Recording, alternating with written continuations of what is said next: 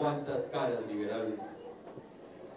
Y la verdad que este acto tiene un especial significado para nosotros, para la Gran Alianza para el Cambio, quienes creemos en el cambio, que es precisamente ese sentimiento que sentimos, que palpamos, que vivimos en todos y en cada uno de los rincones de Colombia.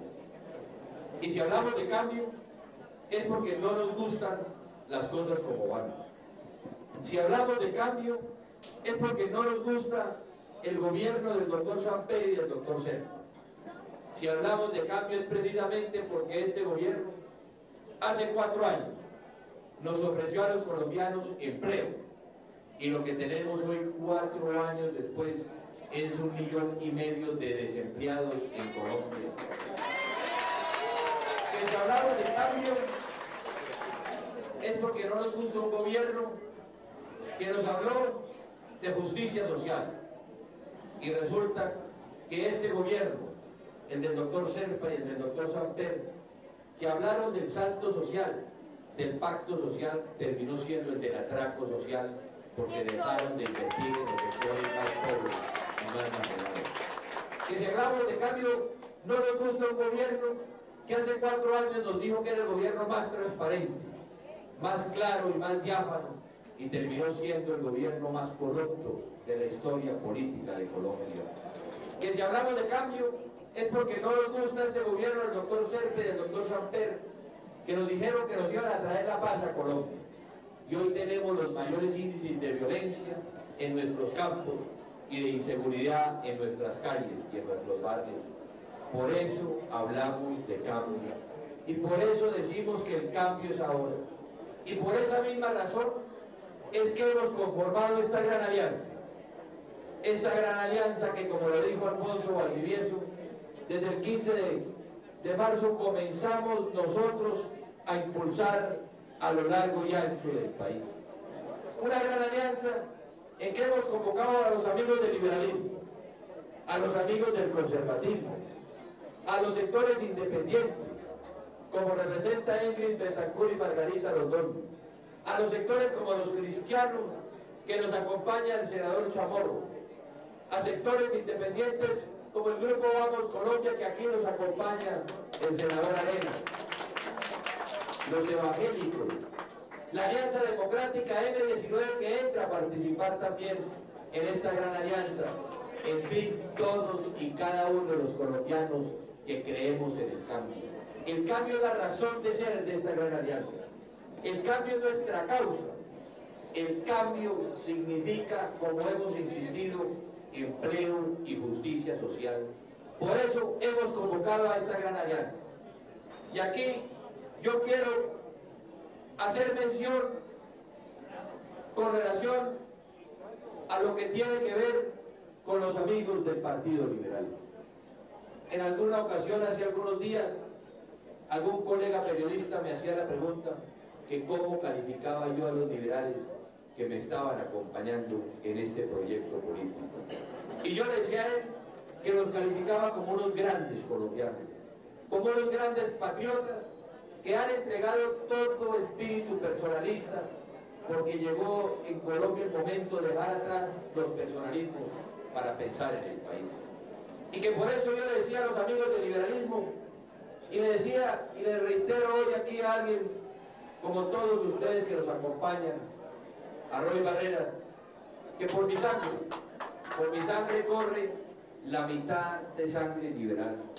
Pero no lo quiero traer aquí simplemente como colación política, porque si alguien en mi vida, como lo he venido insistiendo en distintos reportajes, influyó en mi vida política, era un gran liberal, un gran patricio liberal, que es mi abuelo materno, el doctor Carlos Arango Vélez, que ese es un nombre que posiblemente a los jóvenes de Colombia, a los jóvenes liberales, no les suene, pero ese fue un gran liberal, un hombre en el cual Jorge Eliezer Gaitán era aranguista.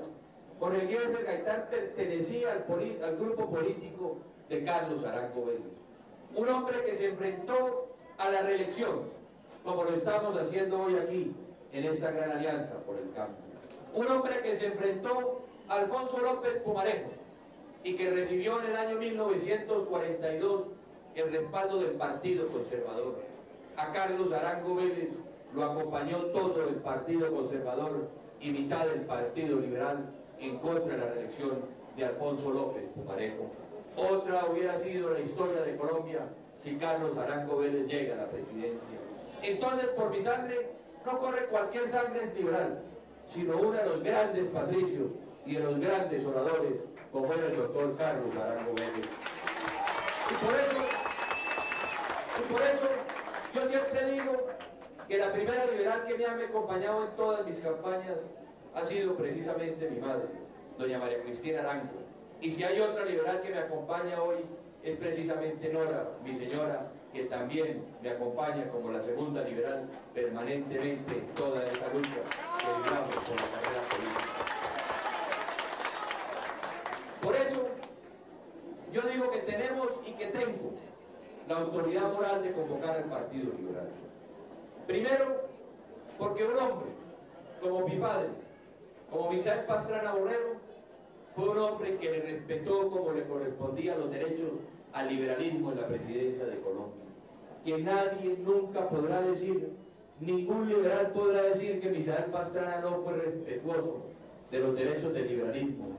Tan respetuoso fue del proceso democrático que precisamente en unas elecciones claras, limpias, diáfanas y abiertas le entrega la presidencia a un hombre del liberalismo como es Alfonso López Miguelsen. Por eso nunca nadie podrá decir, y por eso me extraña, que quien fuera el jefe de debate de Misael Pastrana, su jefe de debate, quien lideró la campaña, quien le pidió al liberalismo que votara por Misael Pastrana, se llama Julio César Turbay Ayala. Por eso me extraña hoy que quien fuera su jefe de debate, hoy le está diciendo que no puede un liberal votar por un representante del Partido Conservador. Que es el único hombre hoy, el doctor Serpa, que sus dos jefes de debate, el doctor Turbay, expresidente de la República, y su hijo, Julio César Turbay, que es el jefe del debate político, era el jefe de las juventudes pastranistas en aquella oportunidad. Por eso no entendemos cómo quien lideró esa campaña política, hoy le estoy diciendo a los colombianos que tenemos que regresar al sectarismo y que no podemos buscar la reconciliación. Igual lo hice yo, y por eso tengo la autoridad moral frente al liberalismo como alcalde de Bogotá, porque le pedí al liberalismo en la Nueva Fuerza también, y como alcalde de Bogotá le pedí al liberalismo que me acompañara en la gesta por buscar la alcaldía de Bogotá en 1988. Y fue con ellos, con el liberalismo, como logramos hacer una gran gestión, como la catalogan los bogotanos, en la primera alcaldía, habiéndome elegido como el primer alcalde por voto popular. Fue con el Partido Liberal, fue con sectores independientes como logramos desarrollar nuestra labor y nuestra gestión. Y de igual manera, después convoqué a la Nueva Fuerza Democrática, donde uno de sus representantes, la doctora Claudia Orlón, nos estuvo acompañando, también los amigos del liberalismo y los conservadores y sectores independientes nos acompañaron en este proyecto político. Por eso tenemos la autoridad moral de hablarle hoy a los liberales. Por eso yo decía en esta semana recorriendo el país, que en esta pasada semana sí que fue una gran semana para la Gran Alianza.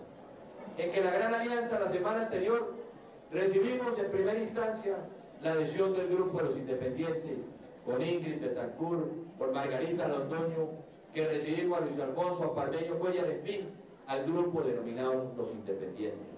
Que el día anterior recibimos también la adhesión de la Alianza Democrática del M19, que recibimos la adhesión de la Corriente Renovación Socialista, del EPL y de grupos independientes.